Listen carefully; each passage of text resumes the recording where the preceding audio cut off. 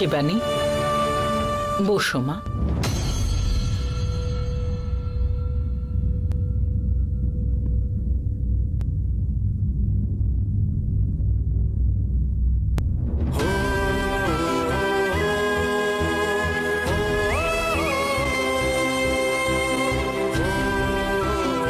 কমলা, রূপা, এসব কাজগুলো করতে হবে।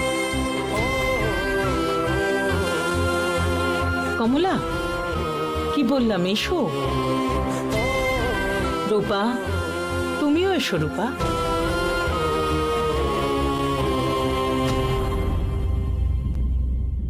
ওহ, তোমরা কেউ আসবে না তাই তো? ঠিক আছে, আমার বৌমাকে সব নিয়ম পালন আমিই করাবো। আমার কাছে আমার ছেলের আত্মার শান্তিটাই বড় কথা।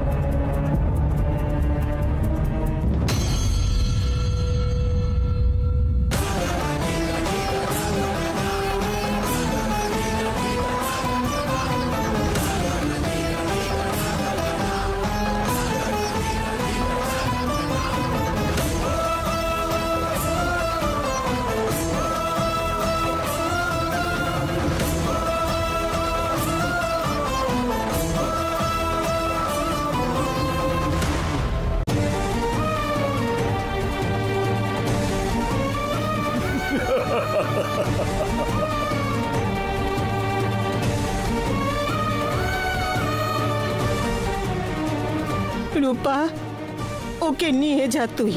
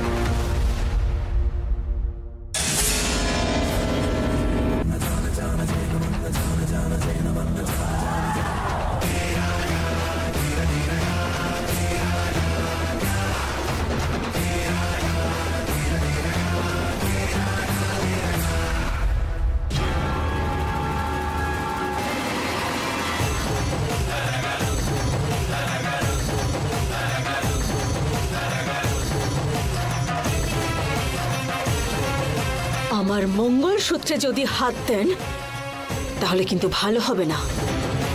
আমার বর মারা যায়নি।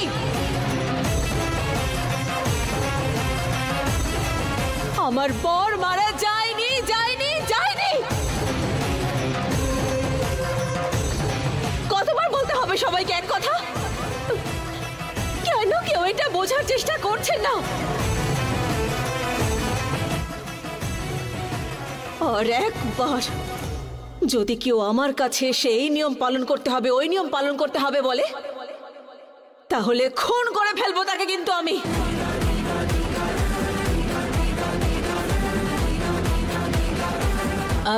না, সেটা নয়। সেটা ওটা কিছুই নয়। কোনো কথা বলবেন না আপনি। আমার বর মারা যায়নি, বুঝতে পেরেছেন?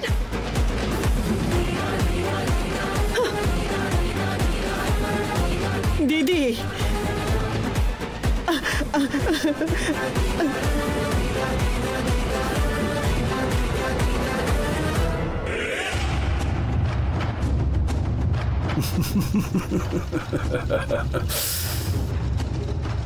এতদিনে আমার আশা পূর্ণ হলো। শিবানীর বিধবা হওয়ার এই রিচুয়ালগুলো আমি আমার নিজের চোখে দেখতে চেয়েছিলাম। সেই আশাটাও পূর্ণ হয়ে গেল।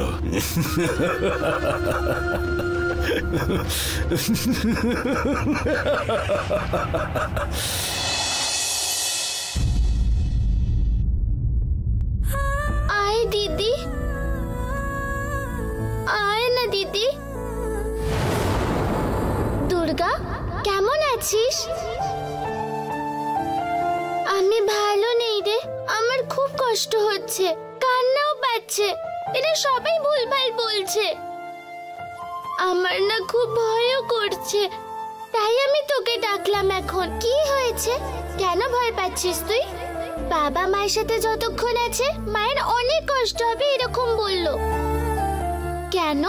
এই জন্য তুমি তোমার বউয়ের সাথে থাকা অবধি ওর কষ্ট শেষই হবে না। তুই একজন খুব বড় পাপী, আর তুই ওকে ছেড়ে চলে যা। কেউ বাবাকে এইসব বলেছে, তাই জন্য বাবা চিঠি লিখে কাউকে কিছু না বলে বাড়ি থেকে চলে গেছে। তারপরে পুলিশ বাবার শার্ট আর প্যান্ট নিয়ে এসেছিল, ওটাতে পুরো রক্ত লেগেছিল। বাবার ওয়ালেটও এনেছিল। আপনার বাড়ির অ্যাক্সিডেন্ট হয়েছে, উনি মারা গেছেন, ওনার মুখ দেখে চেনা যাচ্ছে না। এই জন্য এসে আইডেন্টিফাই করতে হবে আপনাদের। মা আমরা যাব না বলে রাগ করে বাড়ি পাঠিয়ে দিল তাদের।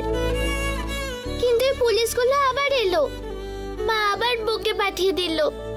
এই সব কিছুর জন্য আমার খুব ভয় করছে রে দিদি। বাবা মারা যেতে পারে না। বাবা যদি সত্যিই মারা যেত তাহলে সবার আগে আমার সাথে দেখা করতে আসতো। আর বাবা যখন এখনো আমার সাথে দেখা করতে আসেনি, তাহলে বাবার কিচ্ছু হয়নি।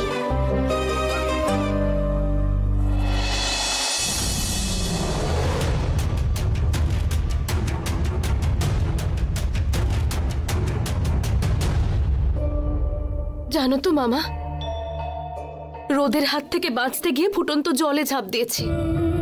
অশোক দাদা আমাদেরকে মাঝে মধ্যেই বলতো বাড়ি ছেড়ে চলে যেতে। শিবানী আমাদেরকে নানাভাবে অসম্মান করেছে, তাই ভেবেছিলাম ওখান থেকে বেরিয়ে ভালো জায়গায় থাকবো। শেষে এই গরিব বাড়িতে এসে ফেঁসে গেলাম। না রে মা, আমিও তো এই বিষয়টা নিয়ে চিন্তা করছি। তুই একটু সাবধানে থাকবি মা। আমি কি জানতাম মামা যে ছেলেরা সব এইরকম হয়?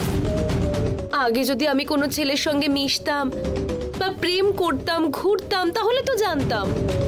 আমার অনেক বান্ধবীরা 2-3 জন ছেলের সঙ্গে ঘুরেছে, শেষে একটা ভালো ছেলের সাথে বিয়ে করেছে। ধ্যাৎ, আমারও সেরকমই কিছু করা উচিত ছিল, তাহলে আমি ছেলে দেখলেই চিনতে পারতাম। এখনো সময় পার হয়নি। তোর যে বিয়ে হয়ে গেছে সেটা আমরা এই বাড়ির লোক ছাড়া আর কেউ জানে না। চুপচাপ ওর থেকে ডিভোর্সটা নিয়ে ম্যাটারটা ক্লোজ করে দে।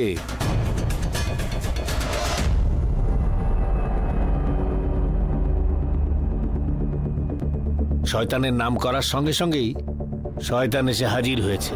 ওই যে দেখ, এসে গেছে।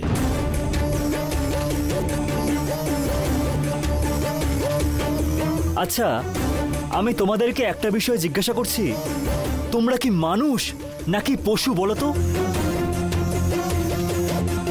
এই পশুদেরও মনে একটু মায়া, দয়া, প্রেম, ভালোবাসা থাকে। তোমাদের তো মানবিকতাই নেই দেখছি। তোমাদের বাড়িতে একজন মারা গেছে, একজনের ভাগনা, একজনের ছেলে আর একজনের দাদা। তোমাদের তো চোখে মুখে একটু দুঃখ দেখতে পাচ্ছি না। আচ্ছা সত্যি বলো তো, অশোক স্যার যে মারা গেছে তাতে তোমাদের একটু কষ্ট হচ্ছে না? তো যে মরে গেছে তার দুঃখে কি আমরাও মরে যাব নাকি? আমাদের কত অপমান করেছে জানো? পদে পদে আমাদেরকে বলতো বাড়ি ছেড়ে চলে যেতে। জানি ও আমার দাদা, তবে দাদা মরে গেছে বলে এত দুঃখ দেখে নাটক করতে পারবো না। তুমি ওকে 2-1 দেখেছ, তোমার এত দুঃখ হচ্ছে মানে আমাদের কতটা হচ্ছে ভাবো। ছোটবেলা থেকে ওকে বড় করেছি, ও আমাদের কাছেই বড় হয়ে উঠেছে। আর ও মারা গেল আমাদের কি কষ্ট হচ্ছে না? যতই শত্রু হোক না কেন, মারা গেলে তো কষ্ট হবেই। আর এমনিতেও ও আমাদের বাড়ির ছেলে, আমাদের কষ্টটা আমরাই বুঝবো। আর বাইরের লোকের সামনে কি এগুলো বলা যায়? তুমি গিয়ে তোমার কাজ করে নাও। নন্দিনী, তোমার মা শিবানী ম্যাডামকে বিধবা সাজাতে যাচ্ছিল নাকি? এসব নিয়ে তোমার তো চিন্তা করে কি লাভ? বেচারি শিবানী ম্যাডাম,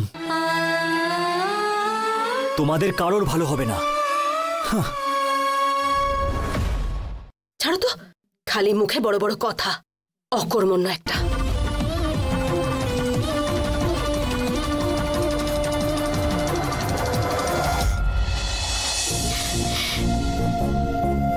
কিন্তু তাহলে পুলিশ এসে কেন বললো যে বাবা মারা গেছে?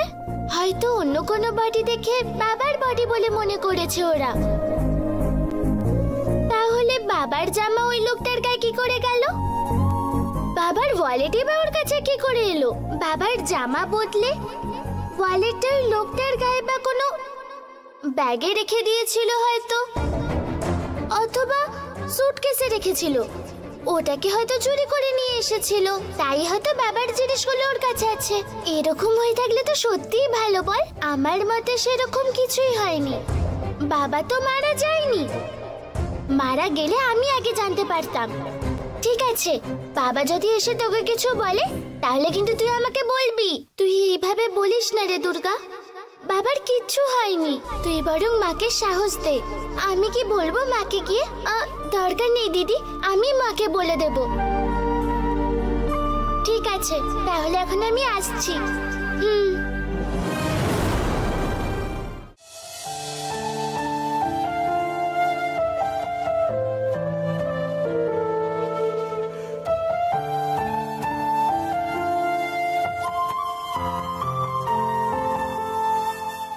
রূপা, আজকের দিনে কি হয়েছিল তোর মনে আছে? জানি না তো কমলা মা, তোমার আজকে জন্মদিন? তোর শুধু ওইটাই মনে আছে। আরে বোকা, আজকে তোর দিদির বিবাহ বার্ষিকী রে। ও, আজকের দিনে দিদি প্রত্যেক বছর খুব সুন্দর করে সাজে, তারপরে মিষ্টি বানিয়ে সবাইকে মিষ্টি খাওয়ায়, আমার কাছে আশীর্বাদ নেয়।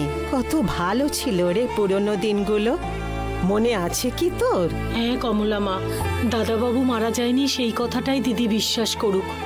বাড়ির সবাই যেন মনমরা হয়ে আছে, কারোর মুখে হাসি নেই, আনন্দ নেই। এই বাড়িতে যেন কেউ ভালো নেই, কারোর মুখে একটুও হাসি নেই, কেউ কারোর সাথে কথা বলছে না। দিদির বিবাহ বার্ষিকীর দিনে কত আনন্দ হতো বাড়িতে।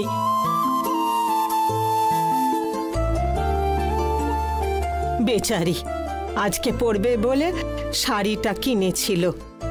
শাড়িটা শুধু শুধু কিনলো কমলা মা। ছেড়ে দে কমলা মা,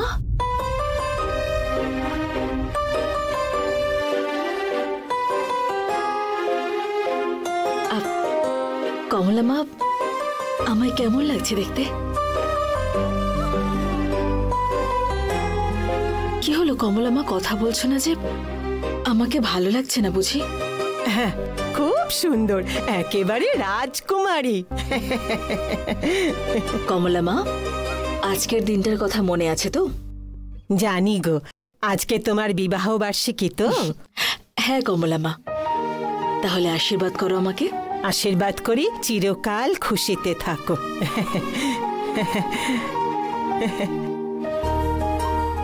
আমি তোমার কথা মেনে চলার খুব চেষ্টা করি কমলা মা, এরপরেও সেটা করব। কমলা মা, আমার একটা ইচ্ছে আছে, বলবো? কি গো দিদি? সেই দিন আমি দাদার সামনে বিয়ের কনের মতো সেজে এসে দাঁড়িয়েছিলাম, মনে আছে? হ্যাঁ মনে আছে।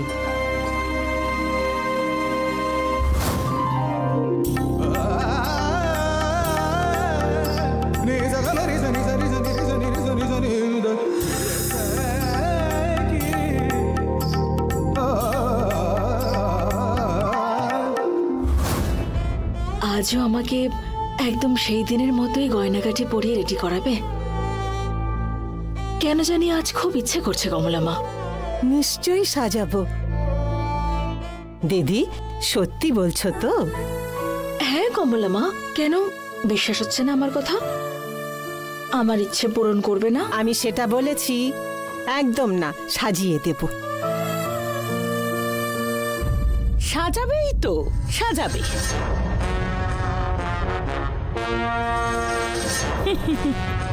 এই বাড়িতে তো বলার আর কেউ নেই, তাই যা ইচ্ছে তাই করবে।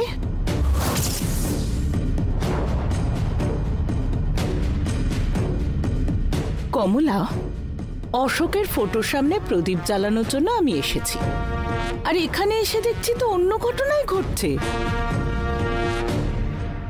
কি ব্যাপার শিবানী, তুমি নিজেকে কি মনে করো বলো তো?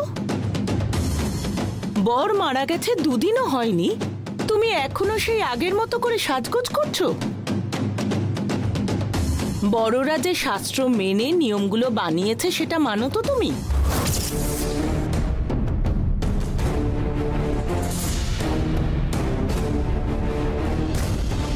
আমার ছেলে যতদিন বেঁচে ছিল তুমি শান্তি দিলে না, আর এখন এইসব করছো।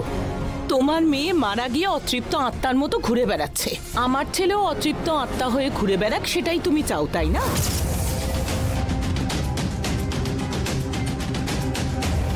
আমার কি বুদ্ধি নেই যে তোমাকে এইসব করতে বলছি?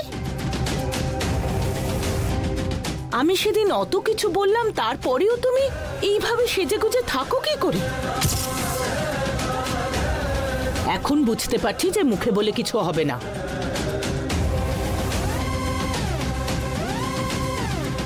তোমাকে আমি জোর করে করাবো।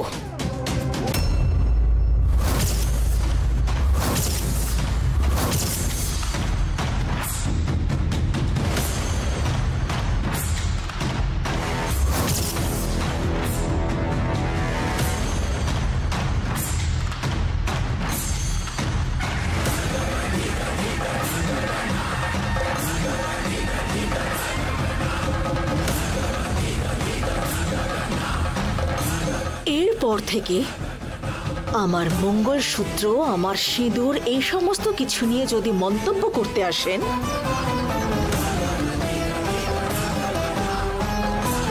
তাহলে আমি কিন্তু আপনাকে ছাড়ব না। আপনার এই সমস্ত নাটক আমার সামনে টিকবে না। যেদিন আমাদের কাছে খবর আসে যে অশোক মারা গেছে, সেই দিন ওই সায়নের থেকেও আপনি বেশি খুশি হয়েছিলেন, আর সেটা আমি ভালো করে জানি। আপনার এই গিরগিটির মতো রং পাল্টানোর স্বভাব আমার সামনে দেখাতে আসবেন না, সাবধান।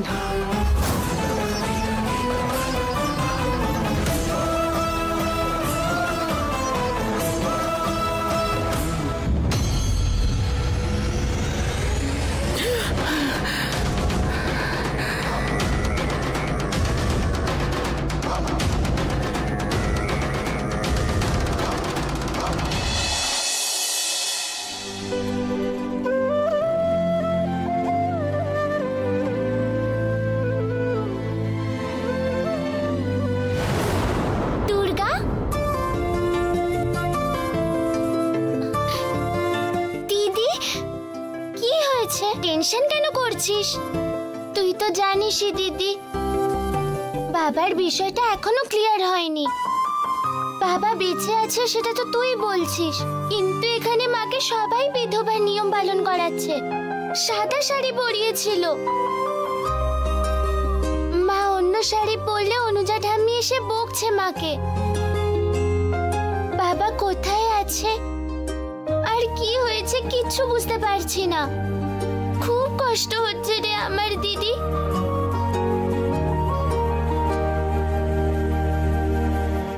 আমি এখন স্কুলে যেতে পারছি না, কোনো হোমওয়ার্কও করতে পারছি না, কারোর সাথে কোনো কথা বলতে ইচ্ছাও করছে না। বাবা কোথায় আছে তুই কি খুঁজে বের করতে পারবি রে উমা? আমি যদি ওই জায়গাটা আগে থেকে চিনে থাকি তাহলে যেতে পারি। কিন্তু আমি যদি জায়গাটা না চিনি তাহলে আমি কি করে যাব বল?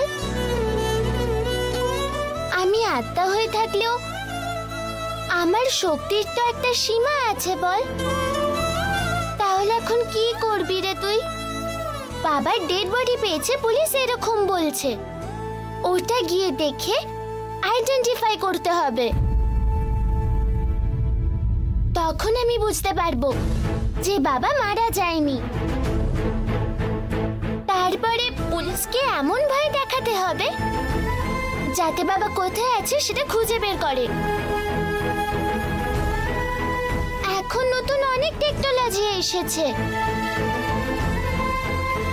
কে কোথায় আছে সেটা খুব সহজেই খুঁজে পাওয়া যায়। ডেড বডি দেখার জন্য তোমার যেতেই চাইছে না। পুলিশরা 2-3 বার এসে বাড়িতে বলে গেছে